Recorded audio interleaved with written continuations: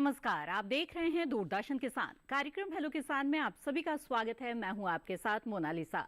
Hello किसान एक ऐसा फोन इन कार्यक्रम है जिसमें कृषि क्षेत्र से जुड़े हुए अलग अलग दिन अलग अलग महत्वपूर्ण विषय हम आपके लिए लेकर आते हैं और उस पर विशेषज्ञ मेहमानों से विस्तार से होती है चर्चा। लेकिन फोन इन कार्यक्रम होने की वजह से आप सीधे सीधे इस कार्यक्रम में हमारे साथ जुड़ सकते हैं अपने सवालों के साथ। इसके अलावा व्हाट्सएप या ईमेल के माध्यम से भी आप अपने सवाल हमें भेज सकते हैं जिन्हें हम कार्यक्रम में शामिल करने की पूरी कोशिश करते हैं। तो आइए सबसे पहले आपको बता दें कि आज हम किन खास विषयों पर इस कार्यक्रम में चर्चा करेंगे। आज हेलो किसान कार्यक्रम में चर्चा के विषय रहेंगे अनार की खेती, साथ ही बात होगी प्राकृतिक खेती के बारे में। अगर इन विषयों से जुड़े हुए सवाल आप पूछना चाहते हैं तो आप हमारे टोल फ्री नंबर पर कॉल कर सकते हैं। नोट कर लें हमारे टोल फ्री नंबर्स 1800-113060 और 1800-113061। टोल फ्री नंबर के जरिए कॉल करने के दौरान बस इस बात का ध्यान रखें कि सीधे सीधे फोन लाइन के जरिए बातचीत करें और टीवी की आवाज बंद रखें, इससे बातचीत में रुकावट नहीं आएगी। आगे बढ़ते हैं, बता दें आपको हमारा व्हाट्सएप नंबर जिसके जरिए आप अपना सवाल भेज सकते हैं। हमारा व्हाट्सएप नंबर है 8800520717। इसके अलावा ईमेल के जरिए भी आप अपना सवाल हमें भेज सकते हैं। हमारा ईमेल आईडी नोट कर सकते हैं आप hellokisan2015@gmail.com। ईमेल और व्हाट्सएप के जरिए जब भी सवाल भेजें तो सवाल के साथ साथ अपना नाम और स्थान भी अलग से जरूर लिखें। आइए अब आगे बढ़ते हैं और हमारे विशेषज्ञ मेहमानों से आपका परिचय करा देते हैं। इस वक्त हमारे साथ मौजूद हैं डॉक्टर एनवी सिंह। आप वरिष्ठ वैज्ञानिक हैं, फल विज्ञान संभाग, IRI पूसा, नई दिल्ली से। बहुत बहुत स्वागत। साथ ही इस कार्यक्रम में इस वक्त हमारे साथ जुड़े हुए हैं डॉक्टर दीपक जैन। आप वैज्ञानिक हैं, पौध संरक्षक, कृषि विज्ञान केंद्र, उदयपुर से। बहुत बहुत स्वागत आपका भी। तो आइए बातचीत की शुरुआत करते हैं और जैसा कि हमारा विषय है अनार की खेती, तो ऐसे में जानना चाहेंगे डॉक्टर सिंह की बागवानी से बहुत सारे किसान इन दिनों जुड़ रहे हैं क्योंकि इनमें काफी ज्यादा मुनाफा उन्हें नजर आ रहा है। तो खासतौर पर अगर अनार की बात की जाए तो इसका क्या व्यावसायिक महत्व है किसानों के लिए? नमस्कार। सबसे पहले तो मैं बताना चाहूँगा कि अगर आप पिछले 2 दशकों में देखेंगे तो भारत में अनार के क्षेत्रफल, उत्पादकता में अमूलचूल वृद्धि हुई है। 300% से ज़्यादा भी हमारी जो उत्पादन है वो बढ़ा है। आप देखेंगे 2010 के आसपास हमारा उत्पादन जो था वो लगभग 7 से 8 लाख टन के आसपास था और आज की डेट में वो 30 लाख टन को भी पार कर चुका है। तो इसका मुख्य कारण ये है कि अनार जो है प्रतिकूल मृदा तथा मौसमी परिस्थितियों में भी अच्छे से उगाया जा सकता है और ये इसकी जो डिमांड है आप केवल फ्रेश फूड की नहीं बल्कि जो इसके प्रसंस्कृत उत्पाद हैं उनकी भी केवल अपने घरेलू बाजार में नहीं बल्कि अंतर्राष्ट्रीय बाजार में भी काफ़ी ज़्यादा इसकी डिमांड है, मांग है, जिससे फार्मर का जो भी लागत लगता है उसकी तुलना में काफी उसको मुनाफा होता है। और तो जी आगे विस्तार से बातचीत करेंगे कि अनार की खेती से अगर आप जुड़ना चाहते हैं या कर रहे हैं और किसी तरह की समस्या आ रही है तो किन किन बातों का ध्यान रखना चाहिए ताकि आपको अच्छी उपज हासिल हो सके। विस्तार से बातचीत करेंगे। आइए उससे पहले नजर डाल लेते हैं इस रिपोर्ट पर।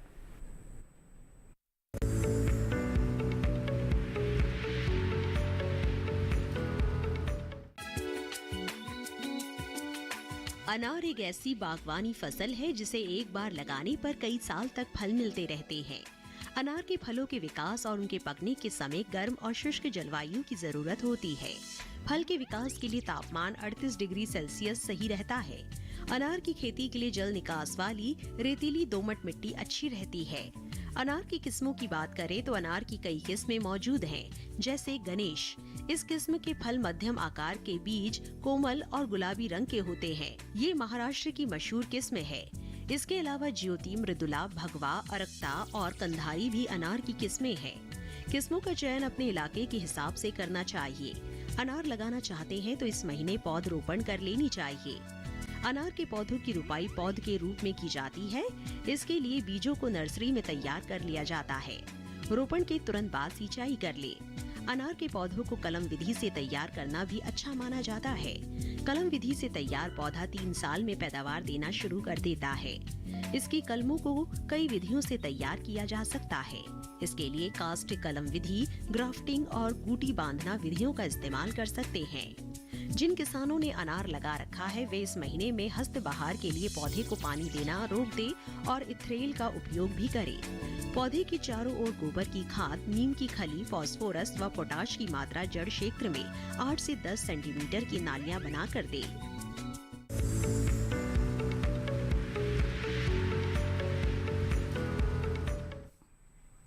जी हाँ, ये तो बात हुई अनार की खेती की। आइए अब प्राकृतिक खेती के बारे में जानते हैं, क्योंकि देश के बहुत से प्रगतिशील किसान अब रसायनों के जरिए खेती नहीं करना चाहते और रसायन मुक्त खेती को अपना रहे हैं। तो ऐसे में डॉक्टर जैन हमें बताएं कि नेचुरल फार्मिंग यानी प्राकृतिक खेती की बात आती है, क्या है प्राकृतिक खेती? जी, सभी को नमस्कार। किसान भाइयों, प्राकृतिक खेती है वह विधि है जिसमें कृषि पद्धतियों को प्राकृतिक नियमों द्वारा निर्देशित किया जाता है, या ऐसे भी कह सकते हैं कि प्रकृति स्वयं खेती करती है और हमें उसमें भागीदारी करनी है, न कि मालिकाना करना है। सबसे बड़ी बात है कि प्रकृति में जो भी दिया है उसको हमें संरक्षित या सुरक्षित रखना ही प्राकृतिक खेती है। और अगर विस्तृत में अगर इसको समझा जाए तो किसान भाइयों, जब कभी आप गर्मियों में जंगल की तरफ जाएंगे तो आप देखेंगे कि आम, इमली, जामुन, कटहल आदि फल वृक्षों को आप देखेंगे, इनमें लगातार फलन होता है और एक भी सीजन ये नहीं छोड़ते हैं फ्लोरिंग एंड फ्रूटिंग। आप देखेंगे कि इनमें कौन सिंचाई करता है, कौन इनमें रोगों से इसको बचाता है, तो ये सब प्रकृति करती है। और सबसे बड़ी बात है कि प्राकृतिक खेती में ये जरूर ध्यान रखें कि प्राकृतिक खेती गाय, जो देशी गाय हैं उसके उत्पादों या जो संसाधन आपके गांव में उपलब्ध है उसी पर आधारित खेती प्राकृतिक खेती कहलाती है। और इस खेती में ये इसे आध्यात्मिक खेती भी कहते हैं और इसका मुख्य उद्देश्य यही होता है कि मृदा में कार्बनिक पदार्थ की मात्रा को बढ़ाना है, जिससे कि ह्यूमस का निर्माण हो और आमदनी बढ़े। बिल्कुल, और भी विस्तार से जानेंगे प्राकृतिक खेती के क्या लाभ हैं और प्राकृतिक खेती किस तरह से की जाती है। आइए उससे पहले नजर डाल लेते हैं इस रिपोर्ट पर।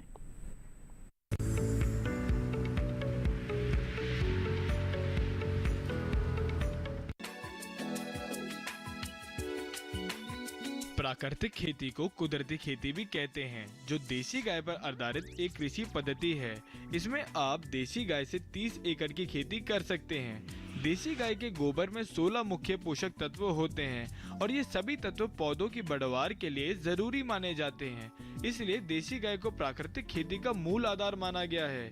प्राकृतिक खेती के कई फायदे हैं। प्राकृतिक खेती में किसान को नकद पैसे की जरूरत नहीं पड़ती, क्योंकि इस खेती के लिए जिन उत्पादों की जरूरत होती है वे सभी घर पर तैयार किए जाते हैं। उन सभी में भरपूर मात्रा में पोषक तत्व मौजूद होते हैं, यानी ये सभी उत्पाद कीटों व रोगों को रोकने के साथ साथ फसल की बढ़वार में पोषण प्रदान करते हैं। हालांकि बहुत से लोग जैविक खेती को प्राकृतिक खेती मान लेते हैं, लेकिन ऐसा नहीं है। जैविक खेती करने पर शुरुआत में पैदावार कम होती है।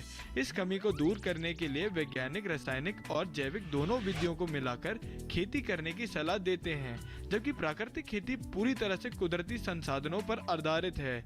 इसमें न रासायनिक खाद की जरूरत है, न कीटनाशकों की। प्राकृतिक खेती को सरकार भी खूब प्रोत्साहित कर रही है।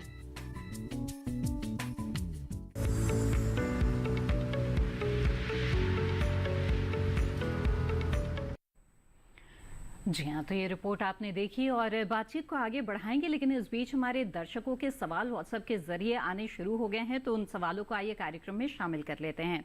एक सवाल भेजा है जय सिंह राजपुरोहित जी ने पाली राजस्थान से, और वो जानना चाहते हैं कि अनार की कौन सी किस्म पाली राजस्थान में लगाई जा सकती है और पौधे कहाँ से खरीदें।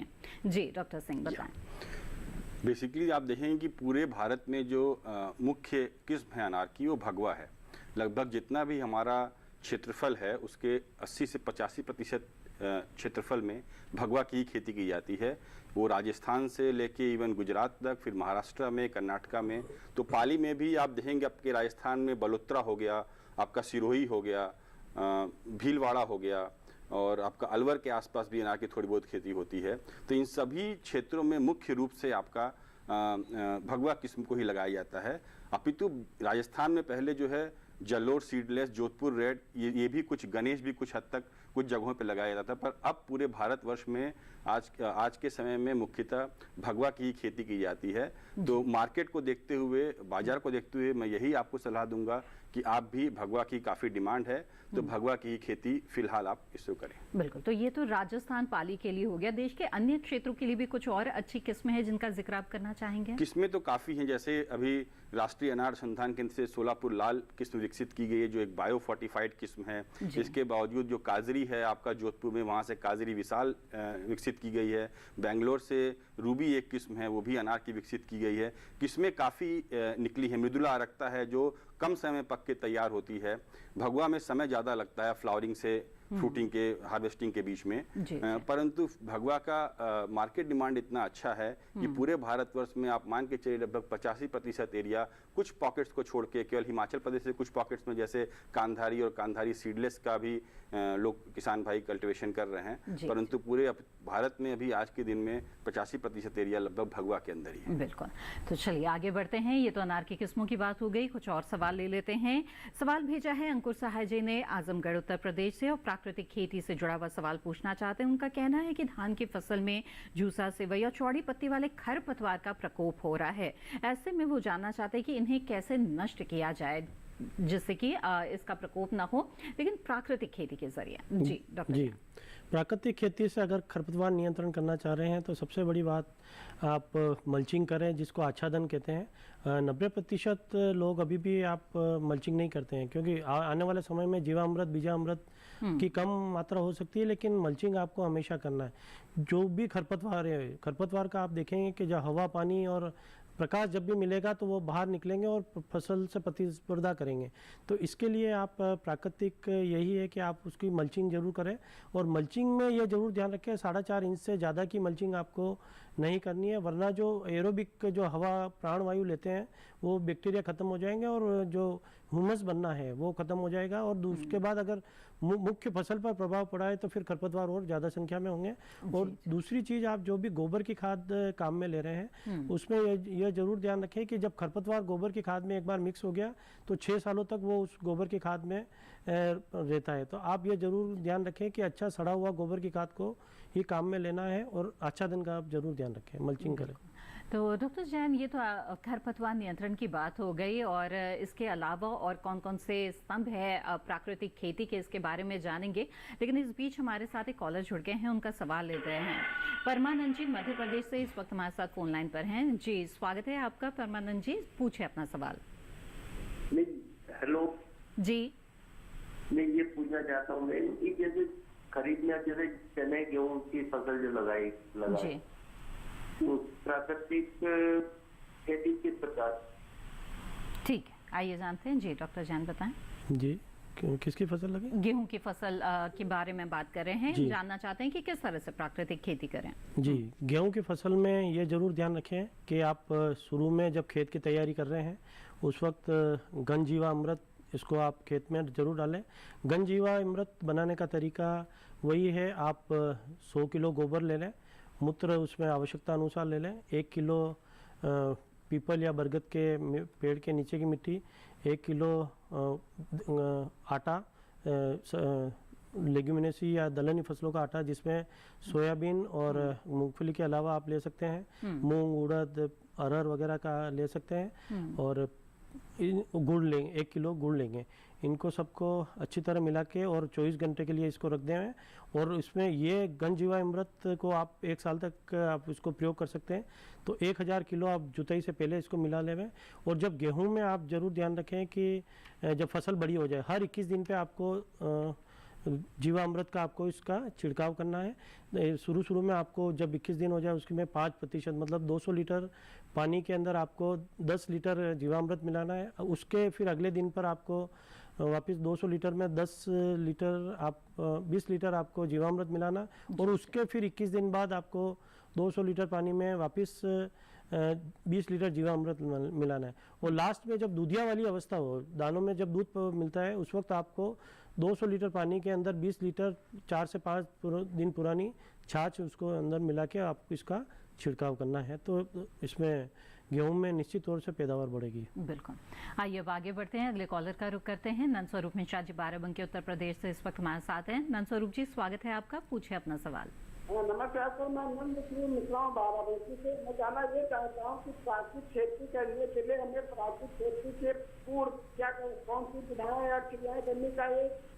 खड़ी फसल में हमें क्या करना, और फसल काटने के पश्चात हमें क्या करना चाहिए, कौन सावधानी सफल प्राकृतिक खेती कर सकें? जी बिल्कुल, आइए जानते हैं।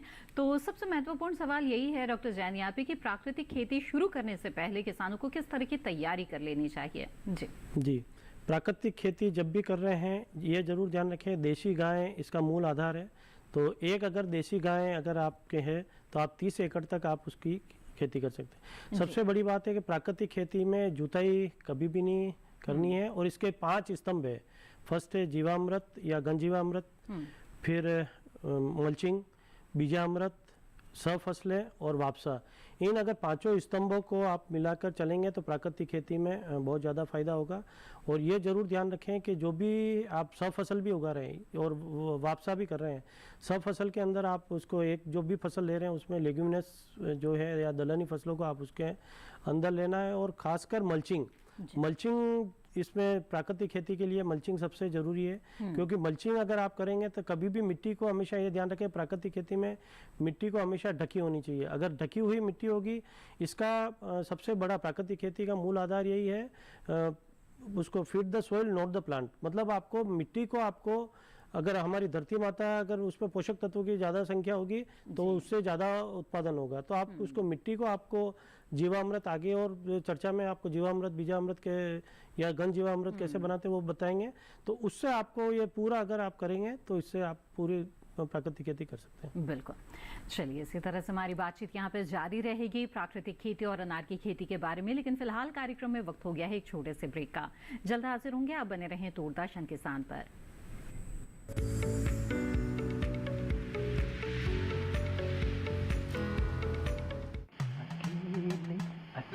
अरे वाह भैया, अकेले अकेले। अरे तू भी ले, पर खाएगा कैसे? मैं ऑर्गेनिक खेती की बात कर रहा रे बेटे। अकेले अकेले खेती कब तक करेगा?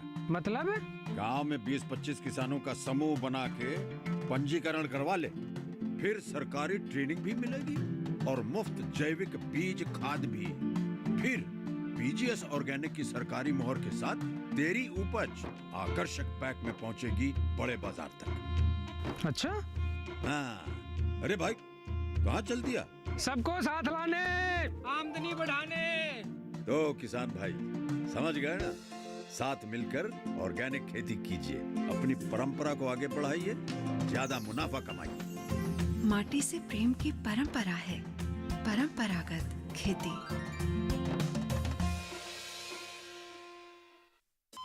अरे सुन तो।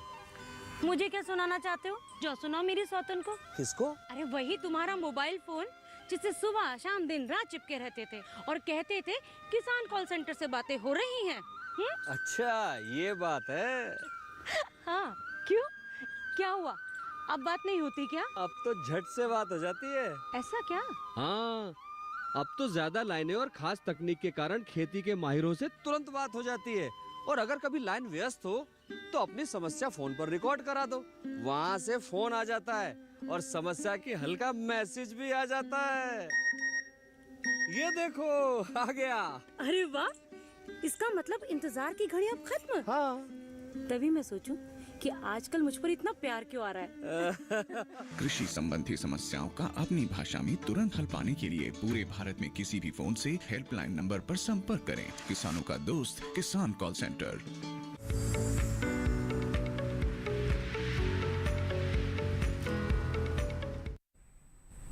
ब्रेक के बाद आप सभी का फिर से स्वागत है। आप देख रहे हैं कार्यक्रम हेलो किसान। इस कार्यक्रम में आज हम अनार की खेती और प्राकृतिक खेती के बारे में बातचीत कर रहे हैं। इन विषयों से जुड़े हुए सवाल अगर आप पूछना चाहते हैं तो आप हमारे टोल फ्री नंबर पर कॉल कर सकते हैं या फिर व्हाट्सएप या ईमेल के जरिए भी अपना सवाल भेज सकते हैं। बहुत सारे दर्शकों के सवाल व्हाट्सएप के जरिए आ रहे हैं, आइए उन्हें कार्यक्रम में शामिल करते हैं।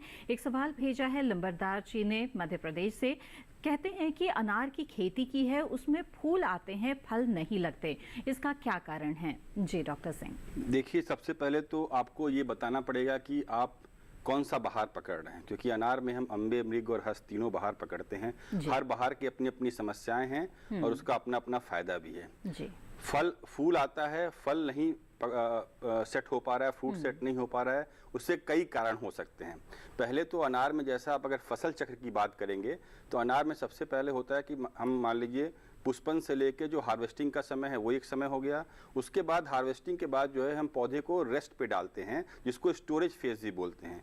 उस समय आपको गहरी छटाई करके पौधे में एक बेसल डोज डालना पड़ता है। लगभग मान लीजिए आप अगर 5 से 6 साल का पौधा है तो 20 किलो सड़ी हुई गोबर की खाद, उसमें 200 ग्राम के आसपास नाइट्रोजन आप यूरिया के सोर्स से डाल सकते हैं, नीम कोटेड यूरिया है, और आपका डीएपी के सोर्स से भी डाल सकते हैं। 50 ग्राम के आसपास एसएसपी फॉस्फेट जो एसएसपी के जरिए डाल सकते हैं, लगभग 300 ग्राम एसएसपी लगेगा उसके लिए, और लगभग 150 ग्राम पोटास। इसके साथ आपको आधा किलो नीम की खली भी डालना है। ये बेसल डोज बहुत जरूरी है, क्योंकि ये जो स्टोरेज फेज है इस समय जो आप खाद डालेंगे और हल्की सिंचाई करना है आपको, तो यही खाद जाके पौधे में आपको 3 से 4 महीने बाद पुष्पन में आपको हेल्प करेगा। इसके बाद हम ये खाद डालने के बाद पौधों को पानी रोक देते हैं, जिसको हम स्ट्रेस फेज बोलते हैं, जिससे पौधा अपने आप पत्ती गिरा देता है। अगर आपने ये रेस्ट फेज और स्ट्रेस फेज का पूरा अच्छे से ध्यान रखा है तो आपके पुष्पन के बाद फ्रूट सेट होने के चांसेस काफी अच्छे हैं। इसके साथ साथ आपको ये भी ध्यान रखना है कि पुष्पन का जो समय है वो बहुत सेंसिटिव होता है। इस समय अगर आप ज्यादा पानी दे देंगे या केमिकल सोर्स ऑफ नाइट्रोजन आप दे देंगे तो वेजिटेटिव ग्रोथ बढ़ने लगता है और आपका फ्लावर कम सेट होता है। इसके साथ साथ अगर पुष्पन के समय कीड़े हैं, बीमारियां लग जाती हैं, तो भी फ्लावर ड्रॉप पर काफी इशू आता है, फ्लावर इफेक्ट हो जाता है, सेटिंग ठीक से नहीं हो पाता है। तो इससे कई कारण हो सकते हैं जिनका ध्यान रखना जरूरी है। लंबरदार जी, मुझे उम्मीद है कि आपके सवाल का जवाब मिल गया होगा। इसी के साथ आगे बढ़ते हैं, अगले कॉलर का रुख करते हैं। सत्य प्रकाश जी अलीगढ़ उत्तर प्रदेश से इस वक्त हमारे साथ फोन लाइन पर हैं। सत्य प्रकाश जी, स्वागत है आपका, पूछे अपना सवाल। हेलो जी। हेलो जी सत्य प्रकाश जी। सत्य प्रकाश जी, टीवी की आवाज बंद कर दीजिएगा, बातचीत में रुकावट आएगी। आप अपना सवाल पूछ सकते हैं। मेरा सवाल ये है, मैंने 40 बीघे मक्का लगा रखी है। ठीक है। उसमें एक स्प्रे लगा दी थी, उससे गड़ार कवर नहीं है और उसमें गड़ार कवर दी है, उसके लिए दवाई पूछना चाहती हूँ। मक्का आपने लगाई है, क्या समस्या आ रही है? उसमें गड़ार काफी कीड़ा। अच्छा, ठीक है तो ठीक है। कैसे इसका निदान किया जा सकता है, डॉक्टर जैन बताएं। जी, मक्का में जो एक कीड़ा लगता है, प्राकृतिक खेती में यह जरूर ध्यान रखें कि जब भी आप कीट नियंत्रण बीमारियों की बात करते हैं तो इसमें प्राकृतिक खेती में ध्यान रखें कि prevention is better than cure, मतलब इलाज से बेहतर आप रोकथाम है। तो पहले जो इसमें जो मक्का में कीड़ा लगता है उसको फाल आर्मीवार्म कहते हैं। इस कीड़े के बारे में थोड़ा सा मैं जानकारी दे दूं कि इस कीड़े की जो मादा होती है वो लगभग 100 किलोमीटर तक उड़ती है और 1000 तक ये अंडे देती है और इसका जीवन चक्र 45 दिन है। तो आप में उस कीड़े के बारे में पूरी जानकारी के बाद आपको ये करना है कि उसका नियंत्रण कैसे किया जाए। तो जब भी आप नियंत्रण कर रहे हैं, जब मक्का के चारों तरफ एक जरूर ध्यान रखें, इसके साथ मक्का के साथ दलहनी फसलों को आपको उगाना है। और अभी अगर मक्का की समस्या है तो निमास्त्र जो है, प्राकृतिक खेती में निमास्त्र जब आप भी शुरुआत की अवस्था पे है तो उसमें निमास्त्र का आप इसका छिड़काव कर सकते हैं। तो आप 1 एकड़ के लिए 100 लीटर पानी ले लें, उसके अंदर आप 1 किलो गाय का मूत्र ले लें और उसमें 1 किलो गोबर लें और 5 किलो गोमूत्र लेना है 5 लीटर, और 10 किलो आपको चाहे नीम पत्ती हो, 5 किलो निम्बोली और 5 किलो नीम की पत्ती हो, इनका चटनी बना लें और इसको आप सभी को मिला के 48 घंटे तक इसको रखना है, सवेरे शाम इसको हिलाना है और उसके बाद इसको आप छिड़काव करेंगे तो जो उसने अंडे दिए हैं। और सबसे बड़ी बात है कि जो फाल आर्मी कीट होता है उसकी पहली और दूसरी अवस्था, इसकी 6 अवस्थाएं होती है, तो उसमें पहली और दूसरी अवस्थाएं पत्तियों को खाती है, तो वो जो अवस्था है वो वहीं पे उसको नियंत्रण हो जाएगा और आप इससे निजात पा सकते हैं। बिल्कुल। तो सत्य प्रकाश जी, जाना आपने कि आप किस तरह से कीटों से छुटकारा पा सकते हैं प्राकृतिक खेती के जरिए।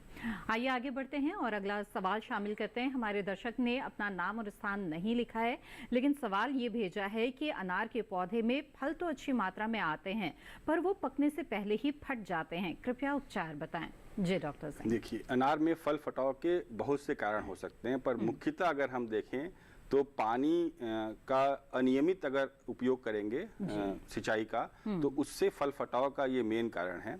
इसके अलावा अगर आपका जो दिन का तापमान, दिन और रात के तापमान में अगर बहुत ज़्यादा अंतर है तो उससे भी, जिसको हम डायurnal टेम्परेचर वेरिएशन बोलते हैं, उससे भी अनार में फटाव होता है। फटाव मेन कारण इसका ये है कि जो इसका छिलका है वो विभिन्न मौसमी परिस्थितियों के कारण, प्रतिकूल परिस्थितियों के कारण वो कड़क हो जाती है, जबकि अंदर का दाना नरम रहता है। और जैसे ही मान लीजिए आपने लंबे समय सिंचाई नहीं की है और एकाएक आपने अगर ज़्यादा पानी दे दिया पौधे को, तो अगर फल अवस्था में है तो उसमें फल फटने के पूरी चांसेस रहते हैं। इसलिए आप ड्रिप इरिगेशन से अगर सिंचाई कर रहे हैं तो कोशिश कीजिए कि आप फ्रीक्वेंसी जो है ज्यादा बार पानी दीजिए। भले ही आपके पास अगर पानी कम है तो कम दीजिए, पर ज्यादा बार दीजिए।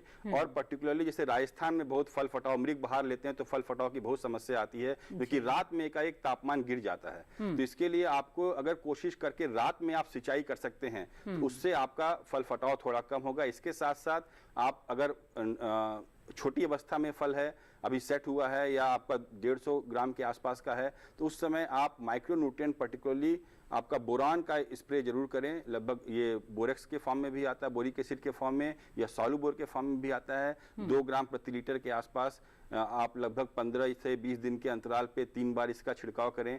अगर ये नहीं है तो आपके पास अगर amino acid chelated micronutrient mixture है तो उसको भी 1 से 2 ग्राम के आसपास प्रति लीटर के हिसाब से पत्ती आने के, मतलब स्ट्रेस के बाद जब हम डिफोलिएट करते हैं इथेरियल मार्के, तो उसके बाद जब नई पत्ती आती है तो वहां से आप महीने के अंतराल में उसका 3 बार स्प्रे करेंगे तो फटाव की समस्या कम रहेगी। पर सबसे मुख्य कारक इसका यही है कि आपको पानी का बहुत ध्यान रखना है। अगर पानी आपका ऊपर नीचे होगा तो फटाव का चांस। तो जाना आपने कि अनार के फल फटने की समस्या से अगर छुटकारा पाना चाहते हैं तो क्या उपाय अपनाना चाहिए।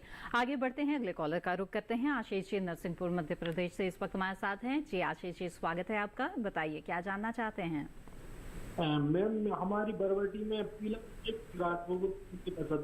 आशीष जी, आपकी आवाज हमें साफ साफ नहीं मिल पा रही है, कृपया स्पष्ट बोलें। जी बताएं, एक बार फिर से दोहरा दीजिए सवाल। मैम मेरी बरबटी की फसल है, उसमें पीला मोजेक रोग लग रहा। अच्छा ठीक है, फसल कौन सी बताई आपने? बरबटी। जी जी ठीक है जी। तो डॉक्टर जैन बताएं क्या सुझाव देंगे। पीला अमृत जो पीला मोजेक जो रोग है वो मुख्य रूप से सफ़ेद मक्खी द्वारा संचारित होता है। तो इस रोग से सबसे बड़ी पहचान ये है कि पत्तियों में कुबड़ापन आ जाता है। तो इससे निजात पाने के लिए प्राकृतिक खेती में आप ये ज़रूर ध्यान रखें कि शुरू में जीवा अमृत का आप इसका छिड़काव करें। 200 लीटर पानी के साथ 10 लीटर आप जीवामृत मिला के उसका अच्छी तरह छिड़काव कर लें। और बाद वाली अवस्था पे 30 से 35 दिन की अवस्था पे ये रोग आता है, तो 20-25 दिन की जब फसल हो तब आप इसको 10 पर्णी अर्क को आपको इसका छिड़काव करना है। इससे आपके रस चूसने वाले कीड़ों के साथ साथ जो लटें हैं वो भी खत्म हो जाएगी। तो 10 पर्णी अर्क बनाने के लिए आप ये जरूर ध्यान रखें, इसको बनाने के लिए 200 लीटर आप इसमें पानी लेना है, 10 लीटर आपको गौमूत्र मतलब देसी गाय का मूत्र लेना है और 1 किलो गोबर लेना है। और इसके अलावा आपको 5 किलो नीम के पत्ते लेने हैं, 1 किलो देसी लहसुन की चटनी लेनी है और 1 किलो मिर्च की चटनी लेनी है। साथ ही 500 ग्राम हल्दी पाउडर लेना है, 500 ग्राम आपको अदरक की चटनी लेनी है और 10 ग्राम हींग लेनी है। जो ऊपर जो बताए 200 लीटर पानी के साथ गोबर वगैरह इनको 24 घंटे तक इसको गला दें। और इसके अलावा 10 पत्तियां लेनी है। इसमें आम, अमरूद, अनार, धतूरा, पपीता, जामुन, शरीफा और तुलसी, हजारा, इसकी किसी की भी 2-2 किलो पत्तियां ले लें। तो इनको सबकी आप इसकी चटनी बना लें और इसको 30 से 40 दिन के लिए आप रख दें। इसके बाद आप इसको प्रति 6 से 8 लीटर प्रति 200 लीटर पानी में मिला के इसको छिड़काव करें। छिड़काव के समय ये जरूर ध्यान रखें कि हमें इसका शाम के समय छिड़काव करना है। और जब आप इसका छिड़काव कर रहे हैं उस वक्त मुंह के ऊपर मास्क जरूर बांधें। और इस तरह आप इस छिड़काव करेंगे तो ये जो येलो मोजेक है जो कि सफ़ेद मच्छर द्वारा संचारित होता है, इससे निश्चित तौर पर निजात पाया जा सकता है। बिल्कुल।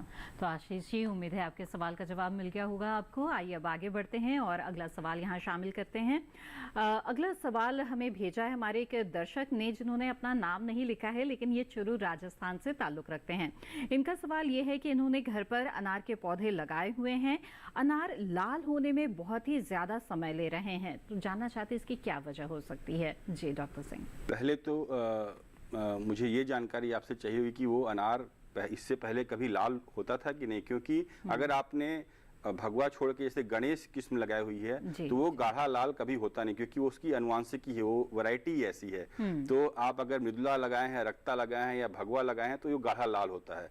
अब अगर आप कौन सा बहार ले रहे हैं, अगर आप बात करें अम्बे बहार अगर आप ले रहे हैं, जब फल जो पकता है वो आपका अप्रैल, मई, जून, जब गर्मी में तापमान बहुत ज़्यादा होता है उस समय पकता है, तो नेचुरली उसमें एंथोसाइनिन सिंथेसिस काफ़ी कम होता है, तो उस समय का अनार भले ही वो भगवाई हो पर गाढ़ा लाल नहीं हो पाता है। फिर भी आप उसमें थोड़ा रंग को इम्प्रूव करने के लिए स्ट्रेस अगर है तो हम लोग बोलते हैं कि सैलिसिलिक एसिड जो है 300 ppm नई पत्ती आने के बाद हर 20 दिन 25 दिन के अंतराल पे 300 ppm का आप स्प्रे करें। इसके साथ साथ पोटास जब फल मैच्योरिटी की तरफ जाए तो 0050 या जिसको सल्फेट ऑफ पोटास भी आप बोलते हैं, उसका जो है आपका 5 ग्राम के आसपास लेके उसका छिड़काव करें, 5 ग्राम प्रति लीटर के आसपास उसको पौधे पर छिड़काव करें, उससे भी फल में कलर में इम्प्रूवमेंट होता है। इसके साथ साथ अगर तापमान बहुत ज़्यादा है तो आजकल seaweed extract plus amino acid इसका कॉम्बिनेशन आता है जो स्ट्रेस रिलीवर की तरह काम करता है, तो वो भी आप 2 मिलीलीटर प्रति लीटर के हिसाब से लेकर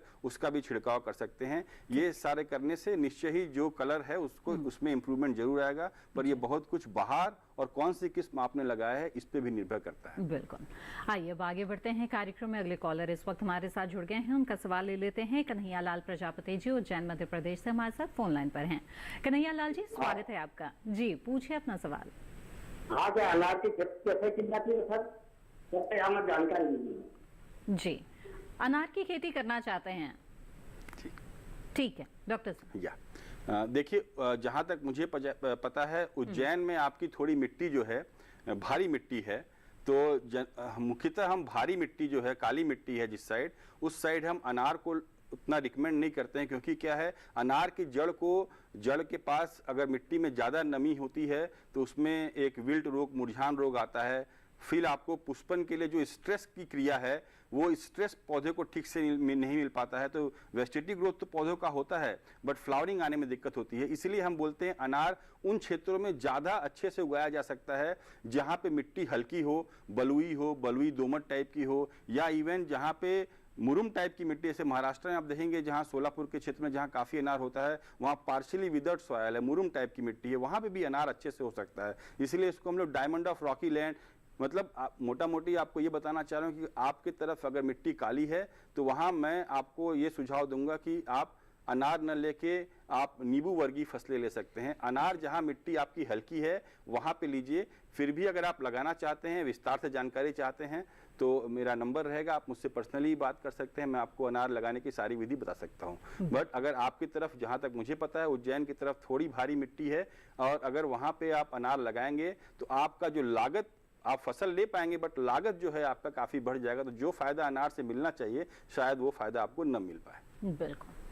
तो उम्मीद है कैलाश जी आपके सवाल का, हम आपकी जगह कन्हैया लाल जी आपके सवाल का जवाब आपको मिल गया होगा।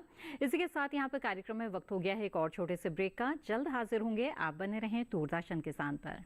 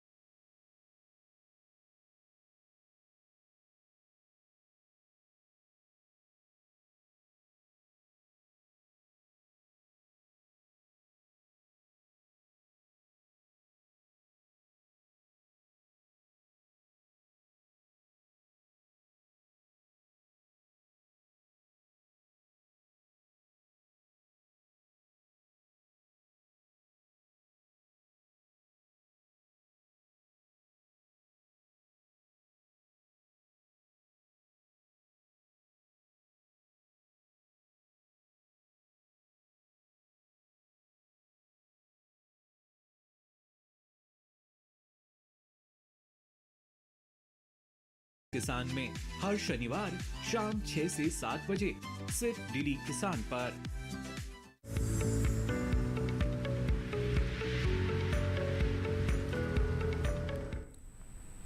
ब्रेक के बाद आप सभी का फिर से स्वागत है कार्यक्रम हेलो किसान में, जिसमें आज हम अनार की खेती और प्राकृतिक खेती के बारे में विस्तार से चर्चा कर रहे हैं। इन विषयों से जुड़े हुए सवाल पूछने के लिए आप हमारे टोल फ्री नंबर पर कॉल कर सकते हैं। इस वक्त हमारे साथ एक कॉलर जुड़े हुए हैं, आइए सीधे उनसे बातचीत करते हैं। जमुना जी इस वक्त रायसेन मध्य प्रदेश से हमारे साथ फोन लाइन पर हैं, स्वागत है आपका, पूछे अपना सवाल। जी सर, अनार की खेती करना चाहते हैं, हो सकती है? जी आइए जानते हैं, बताएं डॉक्टर सिंह। देखिए मध्य प्रदेश में आपका विदिशा, देवास और रायगढ़, ये सब जो सूखे क्षेत्र हैं वहाँ अनार की खेती की जा रही है। मध्य प्रदेश सरकार काफ़ी तेज़ी से अनार को बढ़ावा दे रही है। निश्चय ही अगर आपकी मिट्टी काली मिट्टी नहीं है और आपके यहाँ औसतन जो वर्षा है अगर 1000 मिलीमीटर से ज़्यादा नहीं है तो आप निश्चय ही सफलतापूर्वक अनार की खेती कर सकते हैं। और उसके लिए आपको रेस्ड बेड सिस्टम बनाने की विधि से आपको अनार लगाना होगा, जिसमें आप मेड़ नुमा बनाते हैं, एक ट्रेपेजॉइड शेप का बेड बनाते हैं, लगभग 5 से 6 फीट चौड़ा होता है और लगभग 1 से 1.5 फीट ऊंचा होता है। तो ये गर्मी में खोद के आपको लगभग 2 फीट चौड़ा और 1 फीट गहरा आपको गड्ढा ट्रेंच खोद के रखना है, गर्मी भर इसको खुला रखना है। उसके बाद इसको बरसात आने से पहले गोबर की सड़ी हुई खाद, नीम की खली लगभग 20 किलो प्रति पेड़ के हिसाब से आपको लेके इसको गड्ढे को भरना है और फिर रेस्ड बेड मेकर आता है, उससे आपको रेस्ड बेड बनाना है जो लगभग 5 फीट के आसपास चौड़ा हो और 1.5 फीट के आसपास ऊंचा हो। और उस पर फिर आपको बरसात के समय में अगर आपके यहाँ थोड़ी ज़्यादा बरसात होती है तो बरसात के तुरंत बाद भी आप लगा सकते हैं। तो नए पौधों का आपको रोपण करना चाहिए। और अगर जैसा मैंने शुरू में बताया, अगर मृदा परिस्थितियाँ और वार्षिक जो वर्षा है आपका औसतन वार्षिक वर्षा अगर 1000 मिलीमीटर के आसपास है और हल्की मिट्टी है तो निश्चय ही आप अनार वहाँ लगा सकते हैं। और मध्य प्रदेश सरकार की तरफ से बहुत सी योजनाएं भी अनार लगाने के लिए दी जा रही हैं। ड्रिप इरिगेशन पे काफ़ी जोर दिया जा रहा है, तो आपको ड्रिप इरिगेशन पे ही अनार लगाना चाहिए। और निश्चय ही मध्य प्रदेश के बहुत से क्षेत्रों में अनार काफ़ी सफलतापूर्वक लगाया जा रहा है। बिल्कुल। तो जमुना जी, आपने जान लिया विस्तार से कि अपने क्षेत्र में आप किस तरह से अनार की खेती कर सकते हैं सफलतापूर्वक। उम्मीद है इस जानकारी से आपको लाभ होगा। आगे बढ़ते अगले कॉलर का रुख करते हैं महेंद्र सिंह जी, अहमदाबाद गुजरात से इस वक्त हमारे साथ जुड़े हुए हैं। महेंद्र जी, स्वागत है आपका, पूछे अपना सवाल। जी, मेरा सवाल ये है जी कि प्राकृतिक खेती में खरपतवार का ट्रीटमेंट कैसे? जी बिल्कुल, आइए जानते हैं जी डॉक्टर जैन, किस तरह से खरपतवारों से छुटकारा पाया जाए प्राकृतिक खेती में। जी, खरपतवार का पहले भी मैंने बताया है, खरपतवार हमेशा फसल से प्रतिस्पर्धा करते हैं, तो इनको जब हवा, पानी और सूर्य का प्रकाश मिलेगा तो ये निश्चित तौर पे पनपेंगे। तो आपको प्राकृतिक खेती में सबसे बड़ा जो 5 स्तंभ है उनमें सबसे मुख्य है मल्चिंग। जो आपको आच्छादन है उस आच्छादन को जरूर करना है। इसके अंतर्गत आप गेहूं का भूसा है, पर ये जरूर ध्यान रखें जब भी आप मल्चिंग कर रहे हैं, खरपतवार कि 15 से 20 दिन बाद खरपतवार पर 2 से 4 पत्तियां आ जाती है। तो आप ये काम करें कि जो खरपतवार पे जो भी मल्चिंग कर रहे हैं 4 से 5 इंच, 4.5 इंच के आसपास उसकी आच्छादन करना है। और आच्छादन जैसे गेहूं के भूसे का कर रहे हैं, लेकिन जो आच्छादन इस तरह करना है कि वो जिससे कि ज़मीन के अंदर एरिएशन या हवा पानी जाए। और ये जरूर धान का भूसा इसके लिए बेस्ट है। तो आप कोशिश ये करें कि आच्छादन अगर करेंगे तो इन खरपतवार को, बीजों को प्रतिकूल वातावरण नहीं मिलेगा, और जब वातावरण नहीं मिलेगा तो ये अंकुरित नहीं हो पाएंगे। और जो गोबर की खाद आप काम में ले रहे हैं, जो बताया मैंने कि गोबर की खाद में एक बार अगर बीज उसके अंदर खरपतवार का आ गया है तो 6 साल तक वो डोरमेंसी में रहता है। तो इसलिए ये जरूर ध्यान रखें, गोबर की खाद अगर काम में ले रहे हैं तो उसको अच्छी सड़ी हुई गोबर की खाद काम में लें और मल्चिंग करें, तो ये खरपतवार की समस्या से निजात पाई जा सकती है। बिल्कुल महेंद्र जी, उम्मीद है आपके सवाल का जवाब मिल गया होगा। आइए आगे बढ़ते हैं और कुछ और सवालों को शामिल करते हैं। और इस वक्त हमारे साथ एक कॉलर जुड़ गए हैं, उनका सवाल पहले ले लेते हैं। जी नमस्कार, स्वागत है आपका, कृपया अपना नाम बताएं। हेलो। हाँ जी, नमस्कार जी, लखविंद्र जी इस वक्त उत्तर प्रदेश से जुड़े हुए हैं। जी नमस्कार, बताएं क्या जानना चाहते हैं। जी, अनार के पेड़ लगाया था हमने एक, ठीक है। तो 2 साल तो उसमें फल सही जाता रहा, और अब 3 साल हो गए हैं तो उसमें फल सड़ जाता है, अंदर जी गलने लगता है। बिल्कुल, तो आइए जानते हैं डॉक्टर सिंह क्या वजह इसकी हो सकती है। देखिए, फल एक तो फफूंद के जरिए सड़ता है। पर्टिकुलरली अगर आपका बरसात के समय में फल पक रहा है तो फफूंद के कारण फल धब्बे और फल सड़न होता है। तो इसके लिए आप चाहें तो हेक्साकोनाजोल है, 1 ml प्रति लीटर के हिसाब से आप ले सकते हैं, 5% वो आता है, उसका स्प्रे कर सकते हैं। प्रोपिकोनाजोल आप 0.75 to 1 ml प्रति लीटर के हिसाब से इसका स्प्रे कर सकते हैं। एजॉक्सीट्रोबिन है। तो ये सारे जो फफूंद नाशक हैं आप इसका इस्तेमाल कर सकते हैं। परंतु ध्यान ये रखना है कि अगर आप 10 दिन 20 दिन के अंदर तुड़ाई करने वाले हैं तो इन फफूंद नाशकों का प्रयोग न करें। इसका एक प्री हार्वेस्ट इंटरवल होता है। अगर आपके पास 2 महीने का समय है, 1.5 महीने का समय है तो ही इनका इस्तेमाल करें। इसके साथ साथ अगर आपका फल अगर पकने को तैयार हो रहा है अगस्त से लेकर सितंबर के बीच में, तो एक जो है इसमें फ्रूट सकिंग मॉथ, डांस मारने वाला एक मॉथ भी आता है, जिसके डांस मारने के बाद भी फल सड़ने लगता है। और इसकी रोकथाम के लिए आपको फ्रूट बैगिंग कर सकते हैं। और इसके साथ साथ बहुत से लोग ट्रैप क्रॉप जैसे गुआवा है इसको भी लगाते हैं बाउंड्री पे, और फ्लड लाइट का भी इस्तेमाल करते हैं ताकि मॉथ ये रात में डैमेज करता है ताकि ये डिटर हो जाए।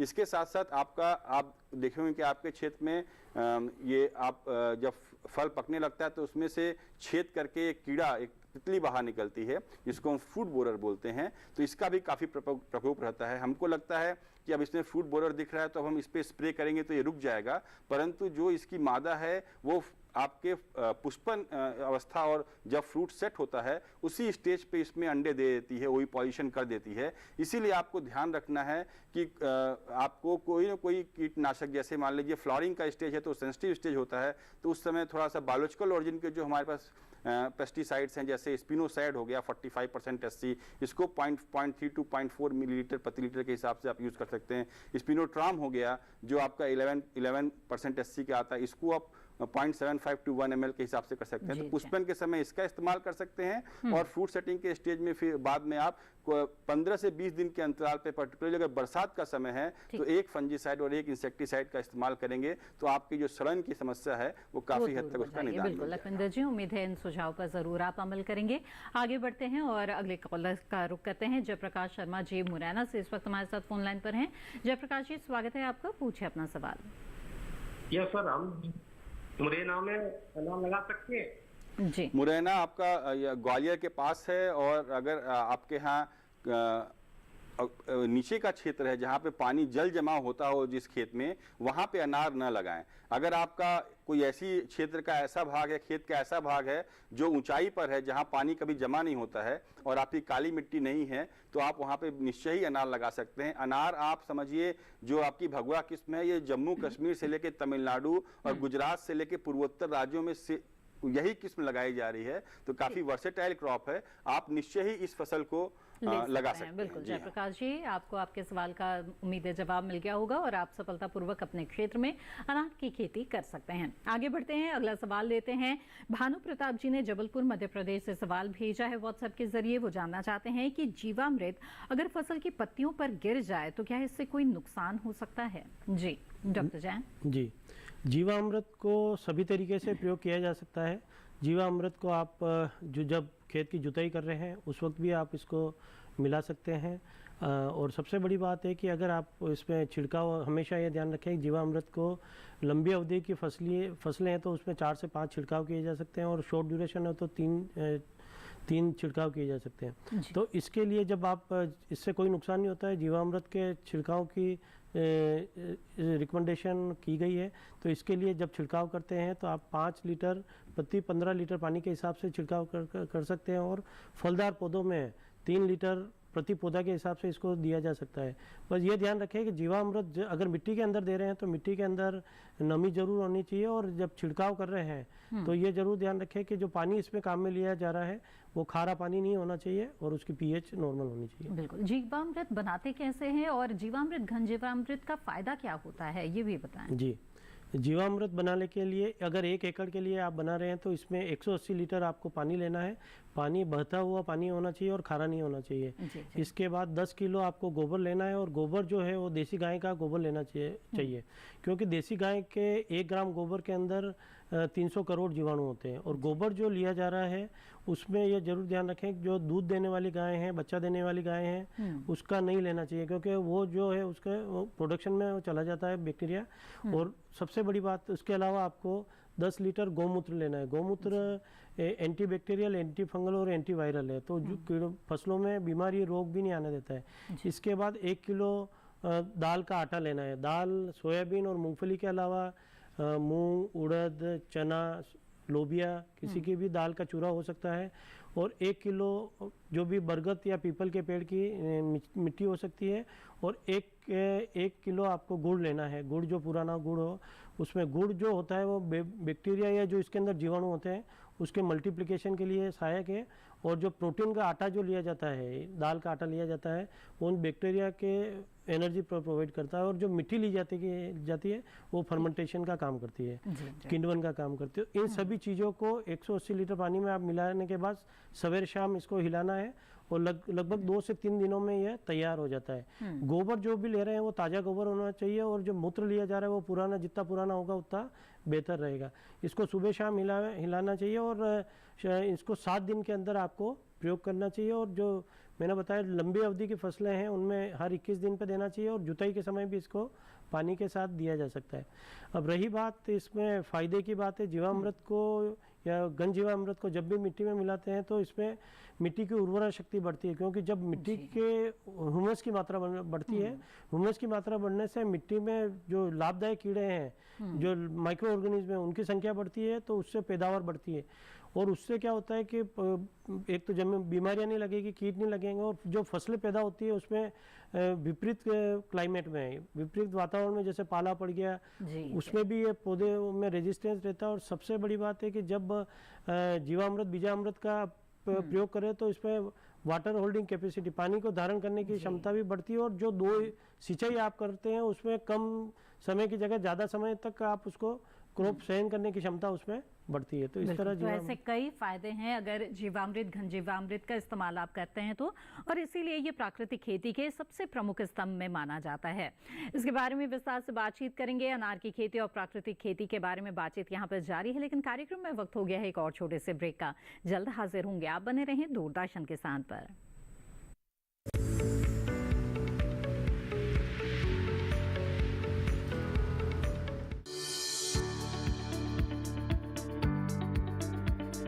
कृषि और पशुपालन है एक दूसरे के पूरक।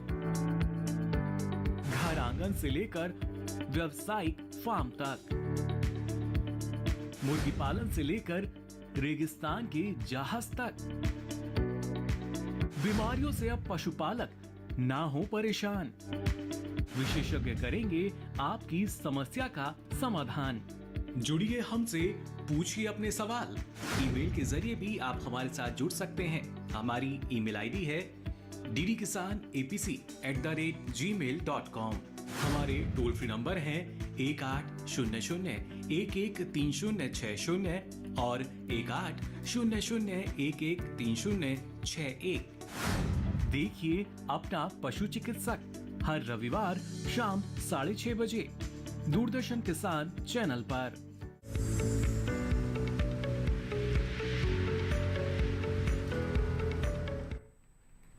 ब्रेक के बाद आप सभी का फिर से स्वागत है। आप देख रहे हैं कार्यक्रम हेलो किसान, जिसमें आज हम अनार की खेती और प्राकृतिक खेती के बारे में बातचीत कर रहे हैं।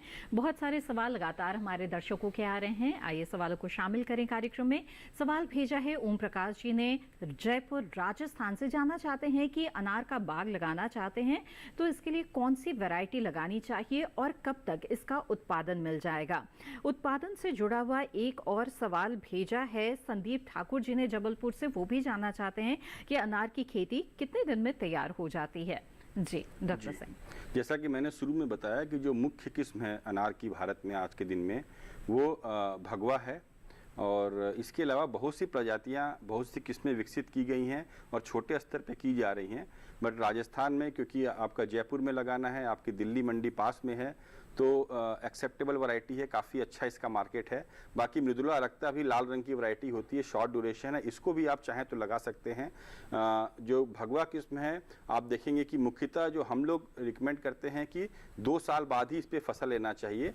तो फसल से आप जब फ्लावर पकड़ रहे हैं तो वहाँ से 6 महीने और पकड़ लीजिए, क्योंकि ये लंबे समय की किस्म है, इसको लेट मैच्योरिंग टाइप है। तो आपका 6 महीने के आसपास आप मान के चलिए कि 26 महीने में आप पहला हार्वेस्ट अच्छे से ले सकते हैं।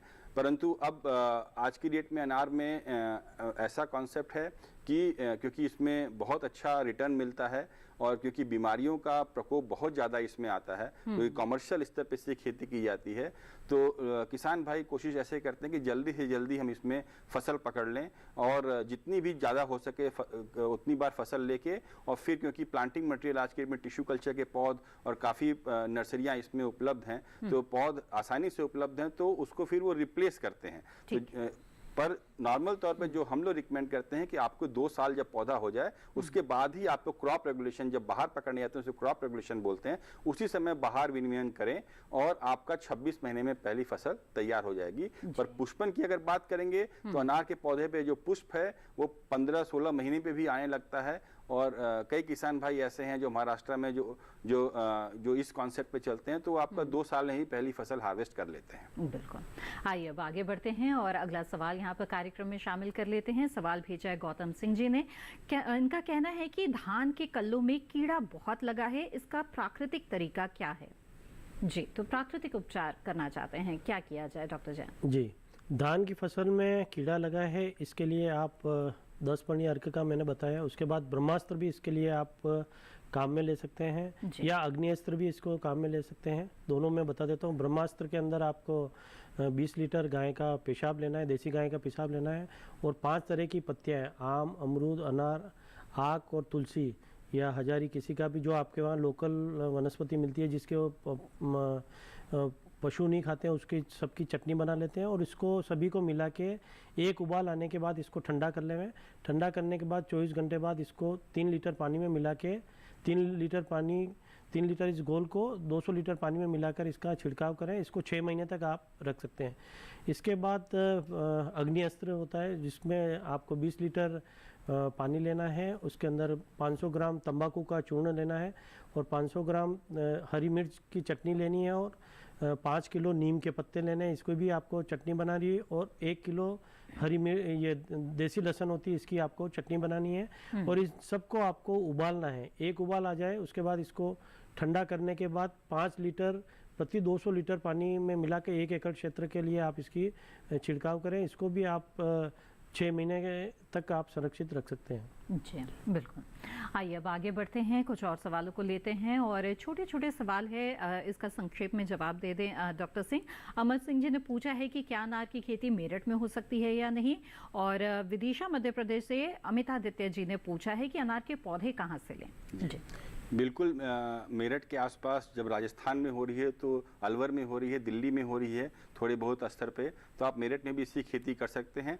पर क्षेत्र के हिसाब से आपको अलग अलग सावधानियां बरतनी पड़ेंगी, और इसको कभी अगले प्रोग्राम में हम विस्तार से भी इस पर चर्चा कर सकते हैं, क्षेत्र के हिसाब से कैसे अनार की खेती की जाए। और जैसा पौधे की बात की जाए तो आप कौन से पौधे चाहते हैं। आज की डेट में व्यावसायिक स्तर पे आपका गुटी कलम से तैयार पौधे बहुत से नर्सरी वाले बेच रहे हैं, टिश्यू कल्चर उत्तक संवर्धित पौधे भी उपलब्ध हैं। आप राष्ट्रीय अनार अनुसंधान केंद्र से भी संपर्क साध सकते हैं। बाकी महाराष्ट्र में बहुत सी नर्सरी भी हैं, आप वहां से भी ले सकते हैं। इसके बावजूद अपने जो क्षेत्र के कृषि अधिकारी हैं उनसे ही बात कर सकते हैं। और मध्य प्रदेश में भी 2-3 टिश्यू कल्चर लैब हैं जो अनार के पौधे बनाते हैं, और नर्सरियां भी मध्य प्रदेश में उपलब्ध हैं। तो आप अपने संबंधित कृषि अधिकारी से संपर्क करके उन नर्सरियों का डिटेल ले सकते हैं, और आप वहां से परचेज कर सकते हैं। अदरवाइज जैन इरिगेशन, कैटला, बहुत सी ऐसी कंपनियां जो बनाती हैं, और राष्ट्रीय अनार अनुसंधान केंद्र भी पौधे बेचता है, तो आप वहां से भी संपर्क साध सकते हैं, और आपको उसके थ्रू या उसके टेक्नोलॉजी पार्टनर के थ्रू भी आपको पौधे वहां से उपलब्ध कराए जा सकते हैं। आइए अब आगे बढ़ते हैं, और डॉक्टर जैन आपसे जानना चाहेंगे कि जो फसल किसान लेते हैं उनकी अच्छी बढ़वार के लिए और गुणवत्ता के लिए कई तरह के रासायनिक उर्वरकों का किसान इस्तेमाल करते हैं, उनके बजाय अगर प्राकृतिक तरीका अपनाना चाहते हैं तो पोषण के लिए क्या उपाय अपनाएं? जी, पोषण के लिए निश्चित तौर पे आप इसके सप्त धान्यांकुर 7 धानों का जो पेस्ट बनाते हैं वो प्राकृतिक खेती में बहुत ही इम्पोर्टेंट है। यह फफूंद से भी निजात दिलाता है और उसके पोषण में भी काम करता है। जैसा कि नाम से स्पष्ट है, सप्त धान्यांकुर, इसके अंतर्गत आपको 200 ग्राम काले तिल लेना है, इसको पानी में डाल के और 24 घंटे इसको रख देना है। इसके बाद हमेशा ध्यान रखें, हमें जो धान अनाज और बीज में फ़र्क होता है, तो हमें बीज लेना है जो कि अंकुरित होता है।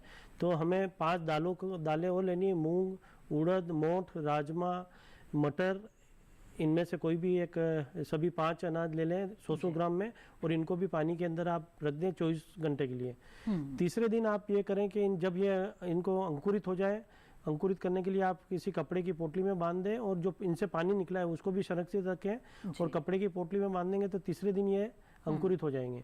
उसके बाद इन सबको निकाल के इसका एक पेस्ट बना लें। उसके बाद ये जो करें कि आप 200 लीटर पानी ले लें, और उसके अंदर 10 लीटर देसी गाय का पेशाब ले लो, और जो पानी बचा है, जो बीजों के डुबोने के बाद जो पानी बचा है, और ये जो पेस्ट बनाए हैं, इन सभी को मिलाकर आप इसको 2 घंटे के लिए इसको रख दें, इसको अच्छी तरह हिला लें, और इसको आप फसलों के ऊपर छिड़केंगे। सब्जियां हैं अगर, तो इसमें इसको आपको सब्जी तोड़ने से 5 दिन पहले इसका आपको छिड़काव करना है। और जो फसलें अगर आप ले रहे हैं उसमें हर 15 दिन के अंतराल पर इसका छिड़काव करना है। पर यह जरूर ध्यान रखें, सकारात्मक नतीजा बहुत जल्द किसानों को नजर आएगा। डॉक्टर दीपक जैन और डॉक्टर एनवी सिंह, आप दोनों ने इस कार्यक्रम में हमें बहुत अच्छी जानकारियां दी, बहुत बहुत शुक्रिया। तो विस्तार से जाना आपने कि किस तरह से अनार की खेती कर सकते हैं और इसका बहुत ही व्यावसायिक लाभ है, तो ये लाभ आपको मिल सकता है, लेकिन कुछ बातों का ध्यान रखना जरूरी है। साथ ही प्राकृतिक खेती हमारे खाद्य सुरक्षा, पोषण सुरक्षा और पर्यावरण सुरक्षा के लिए बहुत जरूरी है, इसे जरूर अपनाएं। उम्मीद है ये जानकारी आपके लिए जरूर लाभदायक साबित होगी। आगे बढ़ते हैं, अब हेलो किसान कार्यक्रम के अगले विषय के बारे में आपको बता दें। हेलो किसान कार्यक्रम में अगले विषय जो होंगे, जिन पर विस्तार से कार्यक्रम के दौरान चर्चा की जाएगी, वो है जड़दार सब्जियों की खेती। साथ ही बात होगी फसलों में उर्वरकों के उपयोग के बारे में। इन विषयों से जुड़े हुए सवाल आप ईमेल के माध्यम से हमें भेज सकते हैं। हमारा ईमेल आईडी नोट कर ले, hellokisan2015@gmail.com। इसके अलावा आपको बता दें कि सोशल मीडिया के अलग अलग प्लेटफॉर्म्स के जरिए भी आप हमारे साथ लगातार जुड़े रह सकते हैं। फेसबुक, इंस्टाग्राम और ट्विटर हैंडल टीवी स्क्रीन पर इस वक्त फ्लैश किए जा रहे हैं, इनसे जुड़े रहे और साथ ही कार्यक्रम से जुड़ी जानकारी भी आपको यहाँ मिलती रहेगी। आगे बढ़ते हैं, बता दें हेलो किसान कार्यक्रम से जुड़े हुए सवाल आप दूरदर्शन किसान के कॉल सेंटर नंबर पर भी कॉल करके दर्ज करा सकते हैं। टोल फ्री नंबर है 1800-113060। सोमवार से शनिवार सुबह 6 बजे से रात 10 बजे के बीच कॉल करके आप अपने सवाल दर्ज करा सकते हैं। इसके अलावा हेलो किसान कार्यक्रम को आप कभी भी दूरदर्शन किसान के यूट्यूब चैनल पर देख सकते हैं और तमाम जानकारियां हासिल कर सकते हैं। इसके लिए टीवी स्क्रीन पर दिखाए जा रहे इस QR कोड को स्कैन करें। और इसी के साथ हेलो किसान कार्यक्रम में आज बस इतना ही। फिर होंगे हाजिर लेकर कुछ महत्वपूर्ण जानकारियां। तब तक के लिए दीजिए इजाजत। आप बने रहें दूरदर्शन किसान पर। नमस्कार।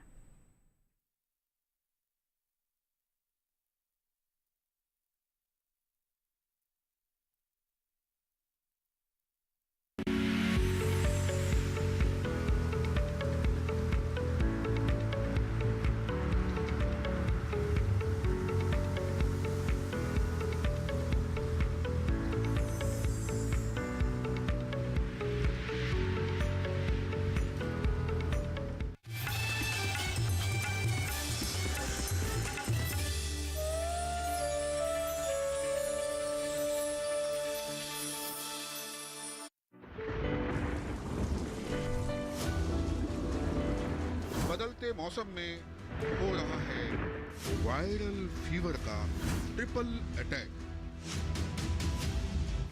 टाइफाइड, मलेरिया और डेंगू। रहे सावधान, करे बचाव।